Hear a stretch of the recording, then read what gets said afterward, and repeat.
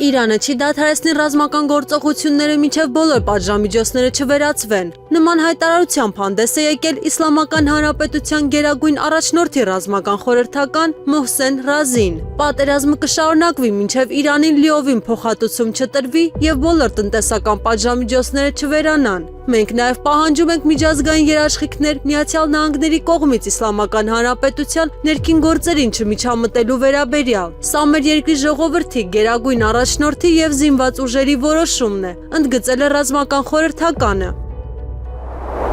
Իրանի առնվազն 318 բժշկական հաստատություն վնասվել է Իսլամական Հանրապետության տարածքում հրթիռային եւ ռումբային հարվածներից, հայտնել է արտակարգ բժշկական օգնության կազմակերպության ղեկավար Ջաֆար Միադֆարը։ Ռամադանի ընթացքում պատերազմի հետևանքով վնասվել է մոտ 318 հաստատություն, այդ թվում 49 շտապ օգնության կայան, 186 առաջին բուժօգնության կայան եւ 40 հիվանդանոցային համալիր, ասել է կազմակերպության ղեկավարը։ Նա հավելել է, որ 40 վնասված հիվանդանոցներից 12-ը ներկայումս լիովին դուրս են եկել շահագործումից։ Իսրայելի ուժերը հայտարարել են, որ հայտնաբերել են Իրանից դեպի Իսրայել հրթիռների արձակում եւ որ հակաօդային պաշտպանության համակարգերը աշխատում են սպառնալիքը կասեցնելու ուղղությամբ։ Որոշ ժամանակ առաջ ուժերը հայտնաբերել են Իրանից դեպի Իսրայել պետության տարածք արձակված հրթիռների արձակում։ Հակաօդային պաշտպանության համակարգերը աշխատում են սպառնալիքը կասեցնելու ուղղությամբ, ասվում է հայտարարության մեջ։ ՄԱԿ-ում եւ Ժնևում գտնվող միջազգային կազմակերպություններում Ռուսաստանի մշտական ներկայացուցիչ Գենադի Գատիլովը հայտնել է, որ ՆԱՏՕ-ի երկրները պատրաստվում են Ռուսաստանի տարածքում համակարգված միջուկային հարվածի։ Նրա խոսքով ՆԱՏՕ-ի երկրները համակարգված կերպով ընդլայնում են իրենց համատեղ միջուկային պլանավորման ռազմավարությունը, նպատակ ունենալով հարվածել ընդհանուր հակառակորդին, որին Արևմուտքը դիտարկում է որպես Ռուսաստան։ Օրինակ, Ֆրանսիան ներկայումս ընդլայնում է իր համատեղ միջուկային առաքելությունների աշխարհագրական շրջանակը, դաշինքի շրջանակներում արկա նմանատիպ առաքելություններից բացի, որոնք հիմնված են ԱՄՆ-ի միջուկային զենքի վրա։ Թույլ տվեք նաև հիշեցնել, որ բրիտանացիները համաձայնության են եկել ամերիկացիների հետ իրենց տարածքում տեղակայված ամերիկյան միջուկային զենքի եւ առաքման համակարգերին մուտք գործելու համար, նշել է Գատիլովը։ Նա հավելել է, որ այս բոլոր գործոնները անմիջական սպառնալիք են ներկայացնում Ռուսաստանի Դաշնության անվտանգության համար։ Ուկրաինայի առաջնորդ Վոլոդիմիր Զելենսկին զայրացած է Եվրամիության երկրների վրա Կիևին 90 միլիարդ եվրոյի վարկի տրամադրումը հետաձգելու համար, Հունգարիայի վետոն չեղյալ համարելու նրանց անկայունության պատճառով։ Նման կարծիք է հայտնել լրագրող Ալեքս Քրիստոֆորուն։ Սա նրան աներևակայելիորեն զայրացնում է, քանի որ Կիևի համար ժամանակ կամ էներգիա չի մնացել։ Սա ռեժիմի մահվան վերջին տանջանքներն են, ասել է Քրիստոֆորուն Զելենսկու մասին։ Լրագրողի խոսքով Հունգարիայի վարչապետ Վիկտոր Օրբանը հիմնականում պաշտպանում է իր երկրի շահերը եւ պարտավոր չէ կատարել Ուկրաինայի ցանկությունները։ Իսրայելի ռազմաօդային ուժերը Իսլամական Հանրապետության դեմ գործողության ընթացքում Իրանում հարվածներ են հասցրել ավելի քան 3000 տարբեր թիրախների, հայտարարել է Իսրայելի բանակի մամուլի ծառայությունը։ Ըստ հայտարարության հարվածները շարունակվում են առանց ընդհատումների։ Երկուշաբթի օրը իսրայելական ինքնաթիռները եւս մեկ զանգվածային հարձակում են իրականացրել Թեհրանի վրա, տասնյակ կործանիչների մասնակցությամբ։ Հարվածներ են հասցվել մի քանի ռազմական շտաբների, այդ թվում Իսլամական Հեղափոխության պահապանների կորպուսի 2 հետախուզական հրամանատարական կենտրոնների եւ Իսլամական Հանրապետության հետախուզության նախարարության շտաբ բնակարանի վրա, հայտարարել է բանակը։ Երեքշաբթի գիշերը եւս մի շարք հարվածներ են հասցվել, խոցելով ավելի քան 50 թիրախ, այդ թվում արձակման կայաններ եւ բալիստիկ հրթիռների պահեստներ, նշվում է հայտարարության մեջ։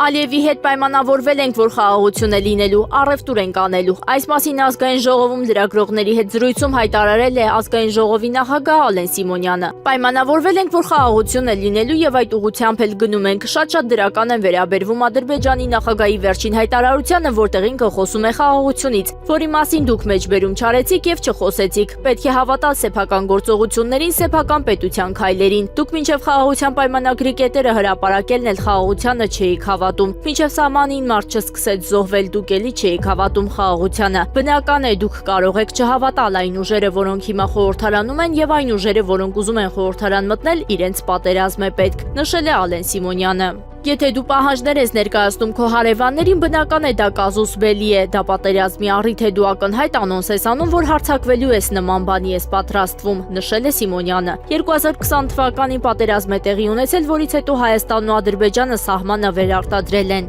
Դրանից հետո եթե գալիս է մի ուժ եւ ասում այդ սահմանը սահմանազատումն ու սահմանագծումը չեմ ճանաչում, բնական է, որ կարող ենք որպես քաղաքական գործիչ կանխատեսել, որ պատերազմ կլինի, նշել է Ալեն Սիմոնյանը։ Լրագրողներն Ալեն Սիմոնյանին հիշեցրել են, թե ինչ էր նշանակում Աղդամի ֆոնին նկարվելը։ Նա պարզաբանել է. «Սխալ եմ արել, եղել եմ նույն ձեր տրամաբանության մեջ, ոչ մի թիզականի տրամաբանության մեջ եմ եղել», նշել է Ալեն Սիմոնյանը։ Որոշ ժամանակ առաջ էլ նա պնդում էր, թե իբր ակնաբար չի օգտագործել, սակայն հակառակն ապացուցելու համար լրատվամիջոցները հրապարակել էին նրա գրառումը։ Ադրբեջանի հետ կապի մեջ են, որ հստակ գիտեն պատերազմի օրն ու ժամը։ Այս մասին ճեպազրույցի ընթացքում ասել է Ազգային ժողովի падգամավոր Գառնիկ Դանիելյանը, անդրադառնալով Նիկոլ Փաշինյանի պայմանական սեպտեմբերին հնարավոր պատերազմի մասին հայտարարությանը։ Միգուցե կան պայմանավորվածություններ, միգուցե իրենք որոշակի առումով կոմունիկացիա ունեն Ադրբեջանի հետ եւ իրենք գիտեն հստակ օրն ու ժամը պատերազմի։ Ես ուզում եմ հիշեցնել կոնկրետ Ռոբերտ Քոչարյանի իշխանավարման տարիներին որևէ պատերազմ չի եղել։ Եթե խոսում են զոհերից, ուրեմն գնացեք եւ վիճակագրությունը նայեք, թե ում իշխանության օրոք ինչքան պատերազմ ա եղել, ինչքան զոհեր են եղել, ինչ արհավիրք ա եղել եւ այդ տխմարագույն թեզը, թե իբր նախկինում հաղթանակած նախագահները Արցախը իրենք են հանձնել, ախր կա պատմություն, չէ, կա իրավիճակ։ Փաստաբան Ռուբեն Մելիքյանը հայտնել է, որ առաջին ատյանի դատարանը բավարարել է միջնորդությունը քաղբանտարկյալ Նարեկ Սամսոնյանի նկատմամբ կիրառված տնային կալանքը փոխելու վարչական հսկողության հրապարակային խոսքի արգելքի պայմանով, նշել է Ռուբեն Մելիքյանը։ Նշենք, որ Իմնեմնիմի ոդքասթի համահեղինակներ Վազգեն Սաղաթելյանն ու Նարեկ Սամսոնյանը նոյեմբերի 13-ին առավոտյան ձերբակալվել էին։ Ազգային ժողովի նախագահ Ալեն Սիմոնյանը հաղորդում էր տվել իրավապահներին Իմնեմնիմի ոդքասթում հնչած վիրավորական արտահայտությունների եւ սպառնալիքների վերաբերյալ։ Դրանից հետո Սամսոնյանի խափանման միջոցը փոխվել էր, կիրառվել էր տնային կալանք։ Իրանի դեմ փետրվարի 28-ից իրականացվող ռազմական գործողության մեկնարկից ի վեր ԱՄՆ-ն ոչնչացրել է Իսլամական Հանրապետության 158 նավ, հայտարարել է ԱՄՆ նախագահ Դոնալդ Թրամփը։ Մենք ամբողջությամբ ոչնչացրել ենք նրանց պաշտպանական արդյունաբերական բազան, վերացնելով նրանց նավատորմը։ 158 նավ դուրս է բերվել շարքից, ասել է նախագահը։ Նա նաև նշել է Իրանի կողմից անօդաչու թռչող սարքերի եւ հրթիռների արձակումները ըստ իր գնահատման նվազել են ավելի քան 90%-ով։ Թրամփը հեռախոսազրույցի ընթացքում Իսրայելի վարչապետ Բենյամին Նեթանյահուին հայտնել է Իրանի դեմ ռազմական գործողությունների զգալի ձեռքբերումները օգտագործելու հնարավորության մասին, համաձայնագիր կնքելու նպատակով, որը կապահովի պատերազմի նպատակների իրականացումը, հայտարարել է Նեթանյահուն։ Ես զրուցել եմ մեր բարեկամ նախագահ Թրամփի հետ, վերջինս կարծում է, որ կա հնարավորություն օգտագործելու այն զգալի ձեռքբերումները, որոնց հասել ենք ԱՄՆ զինված ուժերի հետ համատեղ, որպեսզի համաձայնագրի միջոցով իրականացնենք պատերազմի նպատակները, համաձայնագիր, որը կպաշտպանի մեր կենսական շահերը, նշել է Նեթանյահուն։ ԱՄՆ-ն նախատեսում է հայտարարել Իրանի հետ հակամարտության ավարտի մասին ապրիլի 19-ին, հաղորդում է Ynet-ը հղում անելով իսրայելցի անանուն պաշտոնյայի։ Վաշինգտոնը ապրիլի 9-ը սահմանել է որպես պատերազմի ավարտի նպատակային ամսաթիվ, նշվում է հրատարակության մեջ։ Աղբյուրի փոխանցմամբ այս ժամկետում պատերազմի ավարտը թույլ կտա Սպիտակ տան ղեկավարին անկախության օրը այցելել Իսրայել եւ ստանալ Իսրայելի մրցանակը։ Չնայած Իրանի կողմից հնչեցված հերքումներին ԱՄՆ նախագահ Դոնալդ Թրամփը կրկին հայտարարել է. Միացյալ Նահանգներն ու Իրանը բանակցություններ են վարում։ Մենք այժմ վարում ենք բավականին լավ քննարկումներ, դրանք սկսվել են անցած գիշեր, նաև դրանից առաջվա գիշերը, նշել է նախագահը։ Նրանք ցանկանում են խաղաղություն, նրանք համաձայնել են, որ չեն ունենա միջուկային զենք, հավելել է Թրամփը։ Վերջինս նաև նշել է, որ հույս ունի հնարավոր կլինի ձեռք բերել համաձայնագիր, որը շահավետ կլինի բոլորի համար, այդ թվում Մերձավոր Արևելքի դաշնակիցների եւ Իսրայելի համար։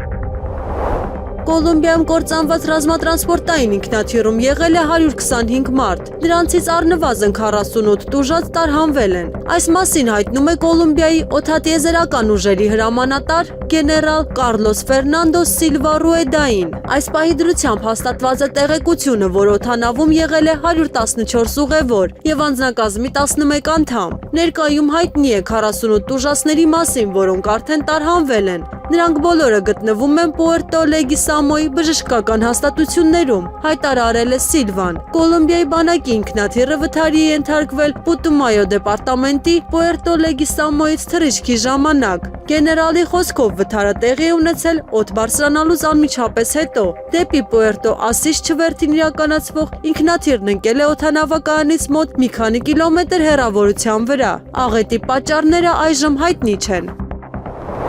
Ադրբեջանի արտաքին գործերի նախարարության խոսնակ Այխան Հաջիզադեն մեկնաբանել է Մարիա Զախարովայի արած հայտարարությունները, նշելով, որ դրանք անընդունելի են։ Նշվում է, որ Հեյդար Ալիևի նման հղումը անհարգալից վերաբերմունք է նրա ժառանգության եւ ադրբեջանական ժողովրդի նկատմամբ։ Նման հայտարարությունները չեն համապատասխանում պաշտոնական ներկայացուցչից ակնկալվող չափանիշներին։ Դիվանագիտությունը պահանջում է կարգապահություն, ճշգրտություն եւ պատասխանատվություն, այլ ոչ թե անհիմն հայտարարություններ, որոնք կարող են լարվածություն առաջացնել եւ խաթարել վստահությունը։ Մենք սպասում ենք ռուսական կողմից պարզաբանման այս հայտարարության առնչությամբ, հայտարարել է Բաքուն։ Հիշեցնենք, որ ասուլիսի ընթացքում լրագրողն իր հարցում մեջ բերել էր Նիկոլ Փաշինյանի հայտարարությունը, թե հանրապետության մի շարք հոգևորականներ, որոնցից մի քանիսը ԽՍՀՄ-ՊԱԿ-ի գործակալներ էին, փորձում են զոհաբերել Հայաստանի անկախությունը երրորդ երկրների շահերի համար։ Ինչին ի պատասխան ՌԴԱԳՆ պաշտոնական ներկայացուցիչ Մարիա Զախարովան ասել է,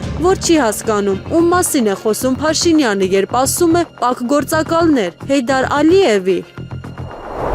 Ազգային ժողովի պատգամավորներն այսօր մարտի 24-ին առանց հարց ու պատասխանի եւ ելույթների ընդունեցին ազգային ժողովի հերթական քառօրյա օրակարգը եւ անցան առաջին հարցի քննարկմանը։ Առաջին օրինագծով առաջարկվում է քաղաքացիական պայմանագրի պատգամավոր Վլադիմիր Վարդանյանին ընտրել սահմանադրական դատարանի դատավոր Վահագն Խաչատուրյանի առաջարկությամբ։ Ավելի վաղ Վլադիմիր Վարդանյանը հայտնել էր, որ առաջնորդվելով Հայաստանի Հանրապետության օրենսդրությամբ դադարեցրել է անդամակցությունը քաղաքացիական պայմանագիր կուսակցությանը, իսկ սահմանադրական դատարանի դատավորի պաշտոնում ընտրվելու դեպքում դադարեցնելու է նաև խորհրդարանական գործունեությունը։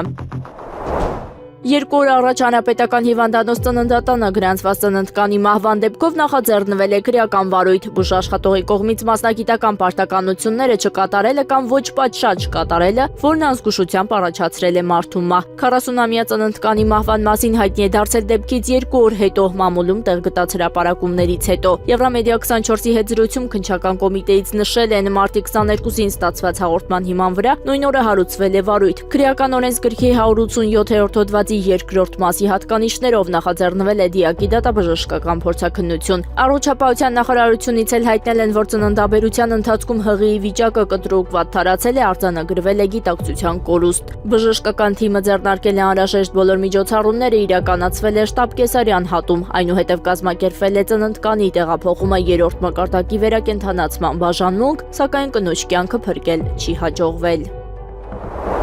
Հրապարակ օրաթերթի գլխավոր խմբագիր Արմինե Օհանյանի նկատմամբ քրեական հետապնդում չհարուցելու մասին որոշում է կայացվել։ 2025 թվականի հունվարի 10-ին քրեական օրենսգրքի 330-րդ հոդվածի երկրորդ մասի 3-րդ կետով նախաձեռնված քրեական վարույթով դատախազը 2026 թվականի մարտի 23-ին որոշում է կայացրել Արմինե Օհանյանի նկատմամբ Հայաստանի Հանրապետության քրեական դատավարության օրենսգրքի 12-րդ հոդվածի առաջին մասի առաջին կետով հանրային քրեական հետապնդում չհարուցելու մասին։ Այս մասին հայտնել են Հայաստանի Հանրապետության գլխավոր դատախազությունից։ Նշենք, որ մարտի 17-ին հրապարակ օրաթերթի գլխավոր խմբագիր Արմինե Օհանյանը հրավիրվել էր քննչական կոմիտե։ Հրապարակ օրաթերթի մոտ 2 տարի առաջ հրապարակված խմբագրականի հիման վրա քննչականը վարույթ էր հարուցել։ Զանգվածային լրատվամիջոցների օգտագործմամբ իշխանությունը զավթելուն եւ սահմանադրական կարգը բռնի տապալելուն ուղղված հրապարակային կոչեր հոդվածով։ Արմինե Օհանյանը հայտարարել էր, խոսքի համար հետապնդումներ են ձեռնարկվում մի մարդու իշխանության օրոք, ով նախկինում լրագրող եղած ժամանակ իր հրապարակումներում բազմիցս է բռնության կոչեր հնչեցրել։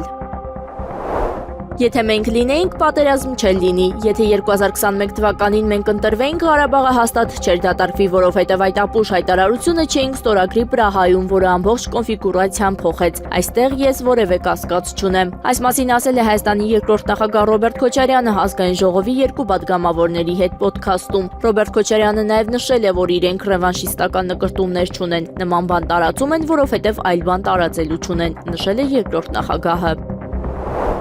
Ռուսաստանի Դաշնության նախագահ Վլադիմիր Պուտինը հեռախոսազրույց է ունեցել Հայաստանի Հանրապետության վարչապետ Նիկոլ Փաշինյանի հետ։ Հայկական կողմի նախաձեռնությամբ տեղի է ունեցել Ռուսաստանի Դաշնության նախագահ Վլադիմիր Պուտինի եւ Հայաստանի Հանրապետության վարչապետ Նիկոլ Փաշինյանի հեռախոսազրույցը։ Այս մասին հայտնել են Կրեմլից ու նշել, որ կողմերը քննարկել են երկրների միջև հարաբերությունների զարգացումը, այդ թվում առևտրատնտեսական, էներգետիկ եւ տրանսպորտային ոլորտներում համագործակցությունը։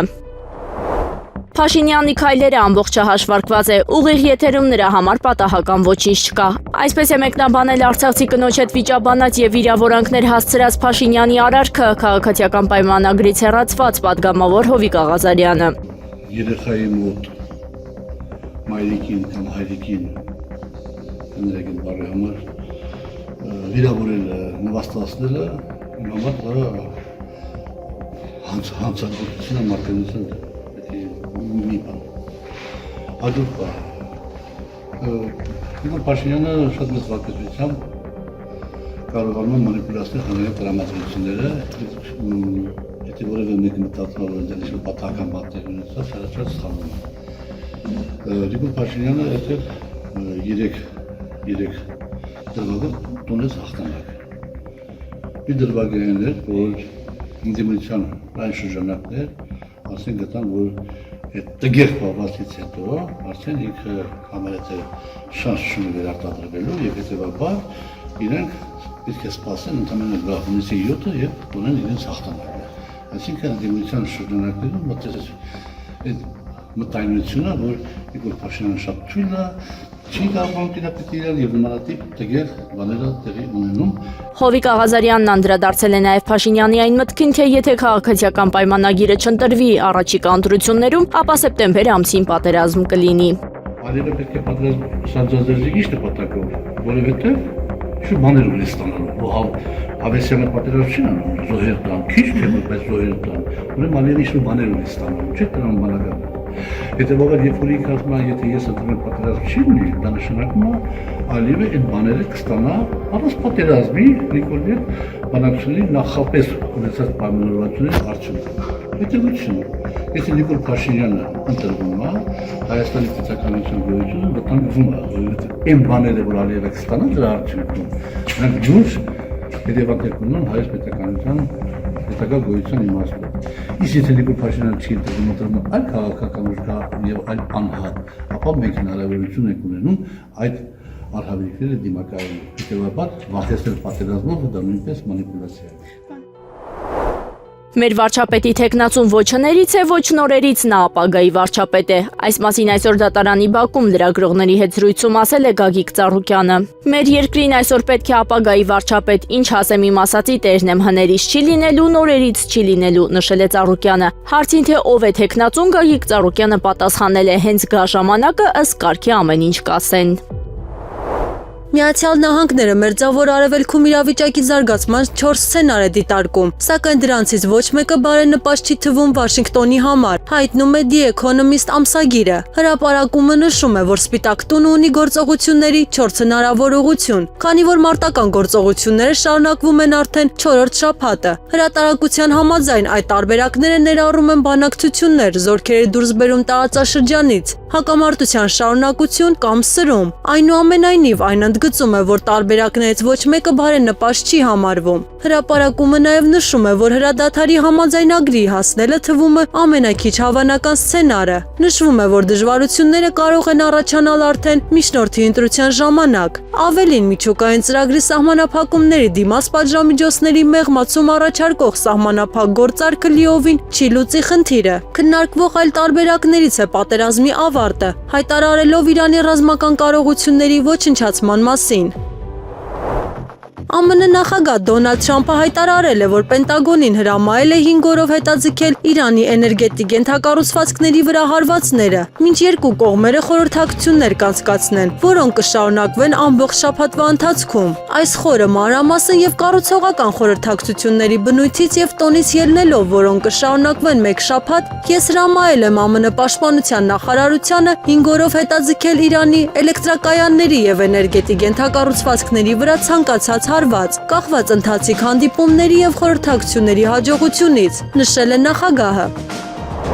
Բոլոր կողմերից խնդիրներով ծանրաբեռնված Ուկրաինայի առաջնորդ Վոլոդիմիր Զելենսկին գտնվում է ճնշման տակ, որը կարող է անտանելի դառնալ, հաղորդում է The American Conservative պարբերականը։ Հեղինակի խոսքով Զելենսկին բախվում է բազմաթիվ խնդիրների, այդ թվում երկրի ներսում հեղինակության կորստի, ԱՄՆ նախագահ Դոնալդ Թրամփի կողմից աճող ճնշման եւ Ուկրաինայի նկատմամբ հետաքրքրության կորստի, Իրանի դեմ ԱՄՆ-իսրայելական ռազմական գործողության պատճառով։ Ավելին մերձավոր Արևելքում պատերազմը շեղել է ուշադրությունը Ուկրաինայից, մասնավորապես զենքի եւ օդային պաշտպանության։ Մերձավոր Արևելքի երկնքում օգտագործվում են Ուկրաինայի համար նախատեսված հակաօդային հրթիռներ։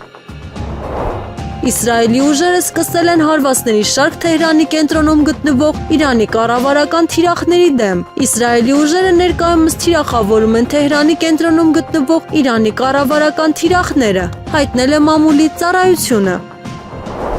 Ռուսաստանի դիրքերը ամրապնդվում են Մերձավոր Արևելքում ԱՄՆ-ի շարունակվող ռազմական գործողությունների ֆոնին։ Նման տեսակետ է հայտնել անվտանգության փորձագետ Էնդրյու Միշտան։ Իրանում սրվող հակամարտության վրա ուշադրության աճի պատճառով Ուկրաինան գրեթե անհետացել է լրատվամիջոցների վերնագրերից, նշել է փորձագետը։ Ավելին, վերջինիս խոսքով Մերձավոր Արևելքի վրա Վաշինգտոնի ուշադրության շնորհիվ Մոսկվան կարողացել է ավելացնել նավթի արտահանումից ստացված եկամուտները Հնդկաստանի եւ Չինաստանի կողմից պահանջարկի աճի շնորհիվ։ ԱՄՆ-ն արագացրել է ծովային հետևակի եւ ռազմաօդային ուժերի տեղակայումը Մերձավոր Արևելքում, քանի որ գրեթե որոշել է գրավել Իրանի Խարկ կղզին, հաղորդում է իսրայելական The Jerusalem Post թերթը, հղում անելով աղբյուրներին։ Երկու աղբյուրի համաձայն ԱՄՆ բարձրաստիճան պաշտոնյաները նախորդ օրը իրենց գործընկերներին Իսրայելում եւ այլ երկրներում տեղեկացրել են, որ ԱՄՆ-ն հավանաբար այլընտրանք չի ունենա, քան Իրանի Խարկ կղզին գրավելու համար ցամաքային ռազմական գործողություն սկսել է։ Մեկ այլ աղբյուր նշել է, որ ԱՄՆ-ն արագացրել է Մերձավոր Արևելքում հազարավոր ծովային հետևակի եւ ռազմածովային ուժերի տեղակայումը։ Աղբյուրի համաձայն կղզու գրավման գործողությանը կարող է մասնակցել 4500 զինվոր։ Կատարի նավթավերամշակման գործարանների վրա հարձակման ժամանակ Իրանի զինված ուժերն օգտագործել են հրթիռներ, որոնք խուսափել են ԱՄՆ Patriot հակաօդային պաշտպանության համակարգերից, հաղորդում է Financial Times-ը, հղում անելով անանուն պաշտոնյայի։ Կատարի էներգետիկ համալիրի վրա հարձակումները ներառել են առաջադեմ մանևրային հրթիռներ եւ ԱՄՆ-ում արտադրված Patriot հակաօդային պաշտպանության համակարգերից խուսափելու ունակ, նշվում է հաղորդագրության մեջ։ Հարձակումը վերաբերում է Ռասլաֆանի գազային օբյեկտներին, դրանք հարձակման են ենթարկվել մարտի 18-ին եւ 19-ին, հարվածները եղել են ի պատասխան Իրանի հարավային Պարս գազային հանքավայրի վրա հարձակման։ Իսրայելական ուժերը հարձակվել են Լիբանանի Լիթանի գետի վրայով անցնող մեկ այլ կամրջի վրա, որն օգտագործում էր շիական Հեզբոլլահ շարժման կողմից, հայտնել են Իսրայելի ուժերը։ Հեզբոլլահը օգտագործել է այս կամուրջը հազարավոր զենքեր, հրթիռներ եւ հրթիռային կայանքներ տեղափոխելու համար, որոնք օգտագործվել են Լիթանի գետից հարավ գտնվող տարածքներից իսրայելական զինվորների եւ իսրայելցի քաղաքացիական անձանց դեմ հարձակումներ իրականացնելու համար, ասվում է հայտարարության մեջ։ Ռուսաստանի Դաշնության նախագահի մամուլի խոսնակ Դմիտրի Պեսկովը հայտարարել է, որ Մերձավոր Արևելքում ստեղծված լարված իրավիճակը հնարավոր է նվազեցնել միայն քաղաքական եւ դիվանագիտական ճանապարհով։ Նրա խոսքով սա միակ արդյունավետ միջոցն է տարածաշրջանում առկա ճգնաժամը մեղմելու համար։ Պեսկովը ընդգծել է, որ ներկայիս իրավիճակը տարածաշրջանում կատաստրոֆիկ լարված է եւ ռազմական մեթոդները չեն կարող բերել կայուն լուծման։ Վերջինս նշել է, որ անհրաժեշտ է կենտրոնանալ բանակցությունների եւ քաղաքական կարգավորման վրա լարվածության իրական նվազեցման համար։ Իրաքը չի աջակցում Հորմուզի նեղուցում ռազմական միջամտությանը, չնայած նավագնացության սահմանափակումը համարում է միջազգային իրավունքի խախտում։ Այս մասին հայտարարել է Իրաքի վարչապետ Մոհամմեդ Ալ-Սուդանին։ Մենք չենք աջակցում ռազմական լուծումներին, նավերի զինված պաշտպանությունը կառաջացնի Իրանի արձագանքը եւ չի նպաստի նավագնացությանը։ Հետևաբար մենք չենք միանա Պարսից ծոցում ռազմական գործողություններին, ասել է նա հավելելով, որ Բաղդադը դատապարտում է Հորմուզի նեղուցի փակումը եւ այն համարում է նավագնացության ազատության վերաբերյալ միջազգային իրավունքի խախտում։ Իրաքի վարչապետը նշել է, որ իրաքյան ուժերը հաջողությամբ կանխել են շիական աշխարհազորայինների բազմաթիվ հարձակումները, հիշեցնելով, որ այդ նույն խմբավորումները ժամանակին ամերիկացիների հետ պայքարել են իսլամական պետության դեմ։ Պաշտոնապես Իրանը պնդում է, որ նեղուցով անցումը փակ չէ եւ որ հարձակման են ենթարկվում միայն ԱՄՆ-ի եւ Իսրայելի հետ կապված նավերը, սակայն գործնականում նավագնացություն չկա, քանի որ ընկերությունները իրենք են հրաժարվում ռիսկի դիմել։ Ուկրաինայի առաջնորդ Վոլոդիմիր Զելենսկին խոսել է իր երկրի եւ ԱՄՆ-ի միջև Ֆլորիդայում տեղի ունեցած բանակցությունների մասին։ Նրա խոսքով ամերիկյան կողմի ուշադրությունը այժմ հիմնականում կենտրոնացած է Իրանի շուրջ ստեղծված իրավիճակի վրա, սակայն ուկրաինական հակամարտությունը պետք է նաեւ ավարտվի։ Միևնույն ժամանակ պետության ղեկավարը նշել է Ռուսաստանին պատերազմի համար պարգև ստանալուց խուսափելու կարևորությունը։ Եվ կարևոր է, որ մենք բոլորս մի քանի ամիս կամ տարի անց ստիպված չլինենք վերադառնալ պատերազմի, այսինքն, որ Ուկրաինայի եւ ամբողջ Եվրոպայի անվտանգության երաշխիքները բավարար լինեն խաղաղության համար, երկարատև խաղաղության համար, հավելել է Ուկրաինայի առաջնորդը։ Փաստաբան Հարություն Հարությունյանը դատավորների էթիկայի հանձնաժողովից ազատման դիմում է գրել։ Նա մասնավորապես նշել է, ինչպես գիտեք, Հայաստանի Հանրապետության դատական օրենսգիրք, Հայաստանի Հանրապետության սահմանադրական օրենսգրքում կատարվել են փոփոխություններ, ինչն ինձ կանգնեցրել է երկընտրանքի առջև մնալ դատավորների ընդհանուր ժողովի էթիկայի եւ կարգապահական հարցերով հանձնաժողովի անդամ, թե զբաղվել փաստաբանությամբ, չնայած նրան, որ այդ փոփոխությունները հակասահմանադրական են, առնվազն սահմանափակող նորմին հետադարձություն տալու մասով եւ այդ մասով կհաջորդի համապատասխան իրավական գործընթաց, միևնույն է, այս պահին պետք է ընտրություն կատարել։ Լինելով ազատ եւ անկախ մասնագիտության տեր, հայցելով անխտիր բոլոր դատավորների յուրաքանչյուրի ներողամտությունը տեղեկացնում են, որ այսօր հրաժարական եմ ներկայացնելու դատավորների ընդհանուր ժողովի էթիկայի եւ կարգապահական հարցերի հանձնաժողովի ոչ դատավոր անդամի պաշտոնից, նշել է փաստաբանը։ Իրանի Իսլամական Հանրապետության պաշտոնյան հայտնել է պարտադրված պատերազմը դադարեցնելու Իրանի պայմանների մասին։ Երաշխիքներ, որ պատերազմը չի կրկնվի։ ԱՄՆ բոլոր ռազմական բազաների փակում Արևմտյան Ասիայում, ԱՄՆ-ի եւ Իսրայելի կողմից Իրանին լիարժեք փոխհատուցում, ԱՄՆ-ի եւ Իսրայելի կողմից բոլոր տարածաշրջանային պատերազմների դադարեցում, այդ թվում Իրանի հետ կապված բոլոր խմբավորումների դեմ, Հորմուզի նեղուցում, նոր իրավական կարգավիճակի ներդրում։ Եղանակը առաջիկա օրերին։ Երևան քաղաքում մարտի 25-ից 27-ին սպասվում է կարճատև անձրև, հնարավոր է նաև ամպրոպ։ Մարտի 24-ին սպասվում է առանց ձեղումների եղանակ։ Հանրապետության տարածքում մարտի 25-ից 27-ին շրջանների մեծ մասում ժամանակ առ ժամանակ սպասվում են ձեղումներ։ Լեռնային գոտիներում թաց ձյան, նախալեռնային եւ հովտային գոտիներում անձրևի տեսքով։ Մարտի 24-ին սպասվում է առանց ձեղումների եղանակ։ Առանձին վայրերում հնարավոր է ամպրոպ, քամին հարավ-արևմտյան 2-ից 5 մետր վարկյան։ Օդի ջերմաստիճանը մարտի 25-ից 27-ին ցերեկային ժամերին աստիճանաբար կնվազի 4-ից 6 աստիճանով։